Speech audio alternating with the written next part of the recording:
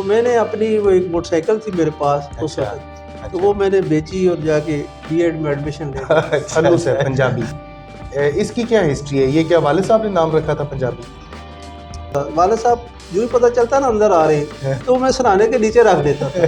English کی کتاب کھولی، جب پڑھنا شروع کیا تو مجھے کہتے ہیں اچھا ٹھیک، تو پھر ایک گھٹنا اس نے پکڑ لیا، ایک میں نے پکڑ لیا۔ ہم نے اسے کہا کہ بیعت کرو بیعت کرو۔ وہ کہنگی میں جو رہنما شخصیت ہے وہ مولانا سعید احمد رائے، میرے بازو میں وہ درد نکل آیا۔ دوسرا میں جو لنگی پہن رکھی تھی وہ کھل گئی اور ٹانگوں کو چمٹ گئی۔ اب میں ڈوب رہا تھا اوپر رہا تھا، ڈوب رہا تھا اوپر رہا تھا۔ تو ہم بچوں کی ویسے بھی تربیت تو کر رہے ہیں، ان کی تربیت کرے اور اس کو اوپن فارم میں لے کر جاؤں۔ جو جرماں باج سزاواں ملیاں، ممتا دے بن ماواں ملیاں، تیوں تیوں سوچ میری اے نکھری، جیوں جیوں درد بلاواں ملیاں۔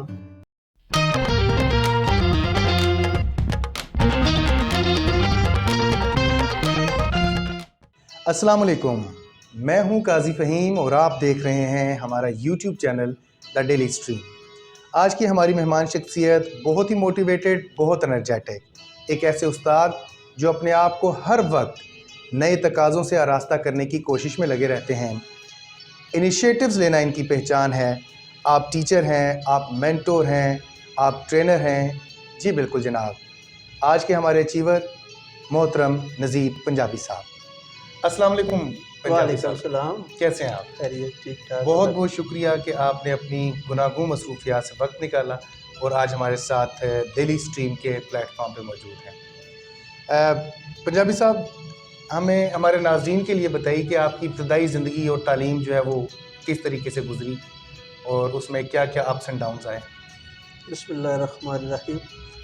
فہیم صاحب، میرے والد صاحب آرمی میں تھے، تو ابتدائی جو تعلیم ہے والد صاحب سیالکوٹ تھے، تو پرائمری جو تعلیم ہے وہاں پر ہوئی، اور پھر مڈل جو ہے میں نے کھاریاں سے کیا، پھر باقی تعلیم ضلع جہلم میں ہوئی گریجویشن تک، پھر اس کے بعد لاہور بی ایڈ کیا، ایم ایڈ کیا، ایم ایڈ پولیٹیکل سائنس میں کیا، ہسٹری میں کیا، اور اس کے بعد پھر ایجوکیشن کمپلیٹ کرنے کے بعد پی آئی اے میں مجھے جاب بھی مل گئی، لیکن میں وہ ذہن سیٹسفائیڈ نہیں تھا۔ ٹھیک، میں نے کہا کہ نہیں، یہ جاب میرے لیے نہیں ہے، ہم واپس آ گئے۔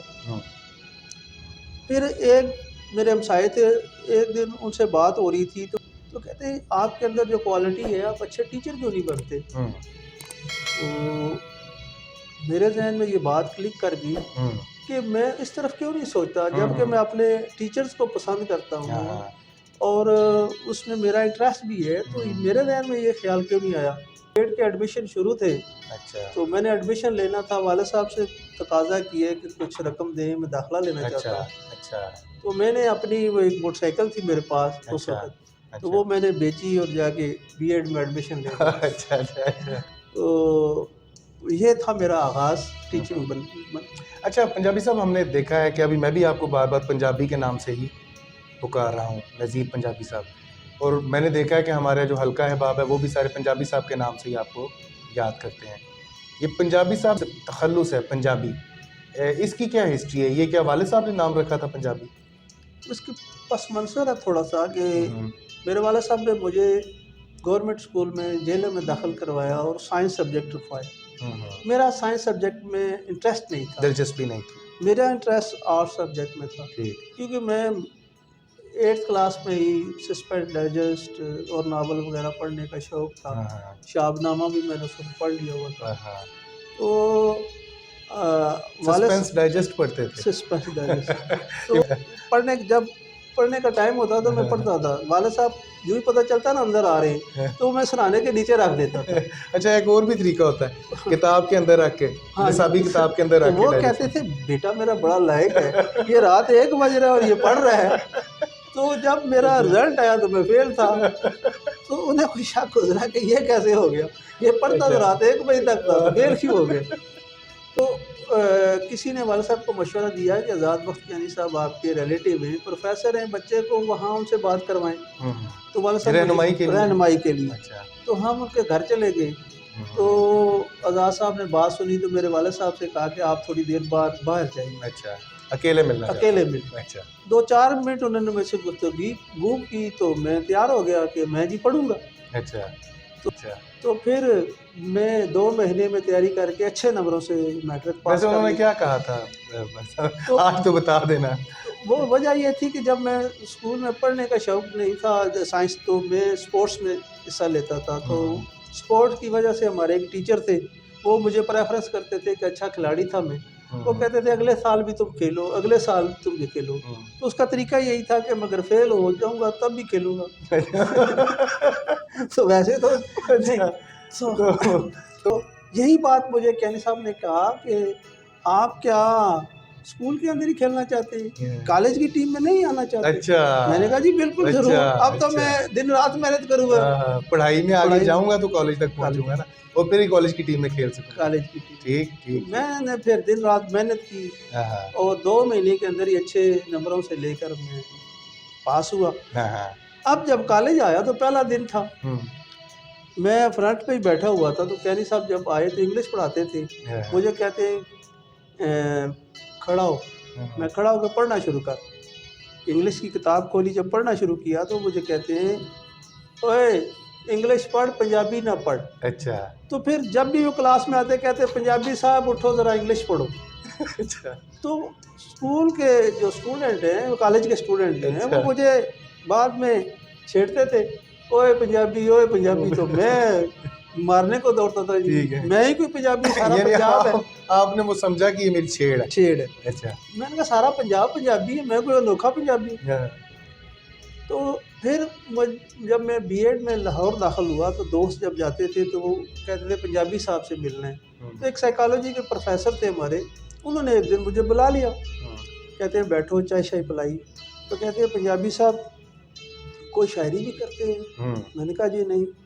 تو انہوں نے کہا اچھا، میں تو سمجھا تھا کہ یہ پانڈا بھرا ہوا ہے، یہ تو خالی ہے۔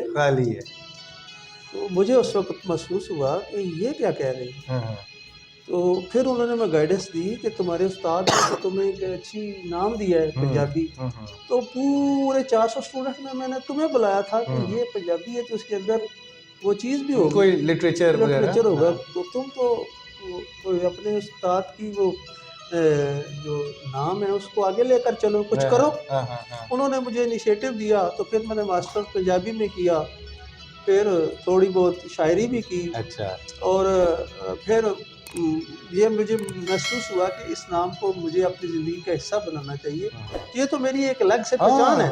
بالکل تو پھر میں نے اپنے ساتھ محمد نذیر پنجابی رکھ لی۔ بہت سارے شاگرد جو ہیں وہ آپ سے فیض یاب ہوئے ہوں گے، اور آپ نے بطور استاد ایک رول پلے کیا، یقیناً آپ بھی بہت سے استادوں سے جو ہے وہ تعلیم کے زیور سے آراستہ ہوئے ہوں گے، کوئی ایسا استاد کہ جس نے آپ کی زندگی کو بدل دیا ہو؟ فیض صاحب اچھی بات یاد کروائی، ایک واقعہ مجھے یاد کرا رہی ہے جو میری زندگی کی ایک انسپائریشن ہے، کہ میں بھی چاہتا تھا کہ میرا کوئی ایک ایسا ٹیچر ہو جو مجھے ایک ایسی رہنمائی کرے جس میں کوئی کردار ادا کر سکے۔ تو ایک دن والد صاحب نے کہا کہ ہمارے ہاں ایک بڑے حضرت آئے ہوئے ہیں، وہ بڑی موٹیویشنل باتیں کرتے ہیں، اگر تم ان کے پاس جاؤ، ان کے ہاں بیعت کرو تو تمہاری اچھی تربیت ہو۔ اچھا، تو میرا ایک دوست تھے، ہم دونوں چلے گئے، اچھا، چلے جی چا کے شخصیت سے ملتے ہیں۔ اچھا، تو ہم ایک کمرے میں جو ہی داخل ہوئے دیکھا کہ ایک کرسی پر بندہ بیٹھا ہوا ہے، تو ہمارے ذہن میں تھا کہ یہ بیعت کرے گا تو تربیت کا آغاز ہو۔ ٹھیک، تو ایک گھٹنا اس نے پکڑ لیا، ایک میں نے پکڑ لیا، ہم نے اسے کہا کہ بیعت کرو، بیعت کرو۔ وہ کہتا ہے بھائی جی میں پیر نہیں، میں تو گارڈ ہوں۔ میں نے کہا نہیں، ہمیں بتایا گیا کہ کفرے میں پیر ہی ہوگا، تو آپ بیعت کریں، ہماری تربیت شروع کر دیں، تربیت سٹارٹ کریں۔ اچھا، اصل میں تو جو میری زندگی میں جو رہنما شخصیت ہے وہ مولانا سعید احمد رائے پوری، جنہوں نے مجھے تربیت کی، جنہوں نے مجھے بتایا کہ انسان کی تخلیق کا جو مقصد ہے وہ کام ہے۔ تو میں سمجھتا ہوں کہ حضرت مولانا سعید احمد رائے پوری وہ شخصیت ہے، بہت بڑا نام، بہت بڑا نام، جنہوں نے میری تربیت کی اور مجھے آج جو اس مقام پر ہوں تو ان کی وجہ سے۔ ان سے ملاقات کیسے ہوئی؟ جب پنجاب یونیورسٹی میں میرا ایڈمیشن ہوا تو میرے کزن تھے، وہ میرے پاس آئے، وہ کہتے ہیں کہ آپ کو کسی شخصیت کی تلاش ہے، رہنما کی تلاش ہے، تو آئیں، ایک شخصیت آئی ہوئی ہے تو ہم ان سے آپ کی ملاقات کرواتے ہیں۔ تو پہلی دفعہ حضرت مولانا سعید احمد رائے پوری صاحب سے جب ملاقات ہوئی تو ایک میرا کزن تھا، 3 بندے اور یہ تھے۔ سعید احمد رائے پوری سے صاحب سے جو ملاقات ہے یہ لاہور میں ہوئی تھی؟ لاہور میں۔ تو وہ ہم 5 بندے تھے، تو اس وقت دوپہر کھانے کا وقت تھا، تو حضرت نے اپنی جیب میں ہاتھ ڈالا تو 10 روپے کے نوٹ نکلا۔ اچھا۔ تو ایک اور دوست نے 10 روپے دیے، 20 روپے کے وہ نان چنے آئے، وہ ایک ہی پلیٹ میں ڈالیں گے اور ہم 5 لوگوں نے ایک ہی پلیٹ میں وہ کھائے۔ حضرت صاحب بھی ساتھ ہی؟ حضرت صاحب بھی ساتھ۔ اچھا تو اچھا۔ مجھے میرے ذہن میں کلک ہوئی کہ یار یہ شخصیت ہے جو واقعی میری رہنمائی کرے گی۔ اچھا پنجابی صاحب، ہمارے ناظرین کے لیے یہ بتائیں کہ آپ نے ٹیچنگ کا پروفیشن چنا، آپ آج جب کہ آپ کی کل ریٹائرمنٹ کا دن ہے آپ کا، تو ہمارے ناظرین کے لیے بتائیں کہ اس پروفیشن سے آپ مطمئن رہے؟ ہاں بالکل فہیم صاحب، یقیناً یہ تو پیغمبروں کا مشن ہے، اور میں سمجھتا ہوں کہ جو میں نے کچھ چیزیں اچیو کی ہیں ان میں سب سے بڑی بیسکلی بات یہ ہے کہ ٹیچر کو محض کتابوں تک نہیں رہنا چاہیے، بلکہ ٹیچر کو تو سوسائٹی کے مسائل کو بھی اپنے شاگردوں کو سمجھانا چاہیے۔ بالکل بالکل۔ اور اس کی جو عملی زندگی کے تقاضے ہیں باقی نظر انداز کر دیتے ہیں کہ اس کی شخصیت سوسائٹی کے لیے کس طرح مفید ہو سکتی ہے، اس نے کیا کردار ادا کرنا ہے، اس کے لیے ہمارے پاس کوئی پلان نہیں ہوتا۔ اچھا پنجابی صاحب، آپ کی شخصیت کا نا ایک بہت بڑا کریڈٹ اور ایک شاندار پہلو یہ ہے کہ آپ اپنے آپ کو جو ماڈرن ٹیکنیکس اور ٹیکنالوجی ہے نا اس کے ساتھ اپڈیٹ رکھتے ہیں۔ وہ کون سی لگن ہے کہ جو آپ کے اندر یہ جستجو ختم نہیں ہونے دیتی کہ آگے سے آگے بڑھنا ہے، نئے سے نیا سیکھنا ہے؟ فہیم صاحب، جب میں اسکول میں ہیڈ ماسٹر بنا تو اس وقت یہ تھا کہ جو ڈاک تھی وہ نیا کمپیوٹر آیا تھا، تو کمپیوٹر پر ایڈٹ کر کے نا وہ ڈاک بھیجنی ہوتی تھی۔ تو مجھے ایک بندہ سیٹی بھیجنا پڑا اور اس میں ٹائم بھی لگا اور ڈاک بھی وقت پر نہ پہنچی، تو میرے ذہن میں ہے کیوں نہ ہم کمپیوٹر اسکول میں لائیں اور میں خود بھی سیکھوں، ٹیچرز کو بھی سکھاؤں۔ تو ہم وہ اس دور میں P1 کمپیوٹر لے آئے۔ اب کمپیوٹر تو آ گیا لیکن ہر ٹیچر اسے ہاتھ لگانے سے ڈرتا تھا یہ خراب ہو جائے، لیکن میں نے سوچا اسے ہاتھ لگانا ہے، پھر اس پر بیٹھ گیا، اس کو استعمال کرنا شروع کیا، کئی دفعہ اس کی ونڈو خراب ہوئی، تو پھر میں ایک اسٹوڈنٹ کو بلاتا، وہ کمپیوٹر جانتا تھا تو وہ پھر ونڈو انسٹال کر دیتا۔ تو 1 مہینے بعد وہ نیکسٹ رپورٹ جو میں نے بتاتے خود وہ کمپیوٹر پر بنا کر دفتر کو سبمٹ کی۔ تو پھر باقی ٹیچرز کو بھی موٹیویشن دی کہ آئیں، یہ اگلے دور کا تقاضا ہے، اگر ہم نہیں سیکھیں گے تو آگے اسٹوڈنٹس کو کیسے سکھائیں گے۔ پنجابی صاحب، تھوڑا سا ایکیڈیمک جو پہلو ہیں ان سے ہٹ کے بات کرتے ہیں، زندگی کا کوئی ناقابل فراموش واقعہ ہمارے ناظرین کے لیے؟ ویسے تو کافی واقعات ہیں، لیکن ایک دن یہ ہوا کہ میرا ایک کزن آیا، اس نے کہا کہ آؤ کافی عرصہ ہو گیا ہم دریا جہلم تربوز کھانے جاتے ہیں تو وہاں نہیں گئے، چلو چلتے ہیں۔ اچھا اچھا۔ اب دریا کا جو رخ تھا نا اس میں ایک جزیرہ سا بنا ہوا تھا، تو پہلے ہم تیر کے وہاں اسٹے کرتے تھے پھر آگے جاتے تھے۔ تو جب ہم نے تیرنا شروع کیا تو ایک تو میرے بازو میں وہ درد نکل آیا، دوسرا میں جو لنگی پہن رکھی تھی وہ کھل گئی اور ٹانگوں میں چمٹ گئی۔ اب میں ڈوب رہا تھا اوپر رہا تھا، ڈوب رہا تھا اوپر رہا تھا، تو نظر آ رہا تھا کہ اب بہت آئی ہے۔ اچھا۔ اتنے میں اس بس ایک آواز آئی کہ اپنے آپ کو قائم رکھنا ہے، پھر میں بے ہوش ہو گیا۔ لیکن جب ہوش آیا تو پھر مجھے بتایا اس بندے نے کہ جی آپ 3 گھنٹے بے ہوش رہے ہیں، تو میں نے آپ کو پکڑا ہے، وہ ہمارے گاؤں کا چرواہا تھا۔ تو اس سے مجھے ایک یقین ہوا کہ واقعی زندگی اور موت اللہ کی طرف سے مقرر ہے۔ پنجابی صاحب، ٹریننگ کے ساتھ آپ کا بڑا گہرا تعلق رہا ہے، ہمارے ناظرین کے لیے بتائیں کہ ٹریننگز کو کس نظر سے دیکھتے ہیں آپ؟ دیکھیں، میں سمجھتا ہوں کہ تعلیم اور تربیت، تعلیم دینا بغیر ٹریننگ کے تو اس کا تو نتیجہ نہیں ہے۔ بالکل بالکل۔ جب تک آپ کی خود کی لرننگ نہیں ہوگی تو آگے آپ اس کو ڈلیور نہیں کر پائیں گے۔ تو اس لیے جو ٹریننگ ہے جو ایجوکیشن کا پارٹ ہونا چاہیے، اسے باقاعدگی سے ہمیں آگے لے کر چلنا چاہیے۔ ٹیچنگ میں زیادہ لطف آیا اپنی لائف میں یا ٹریننگ کروانے میں؟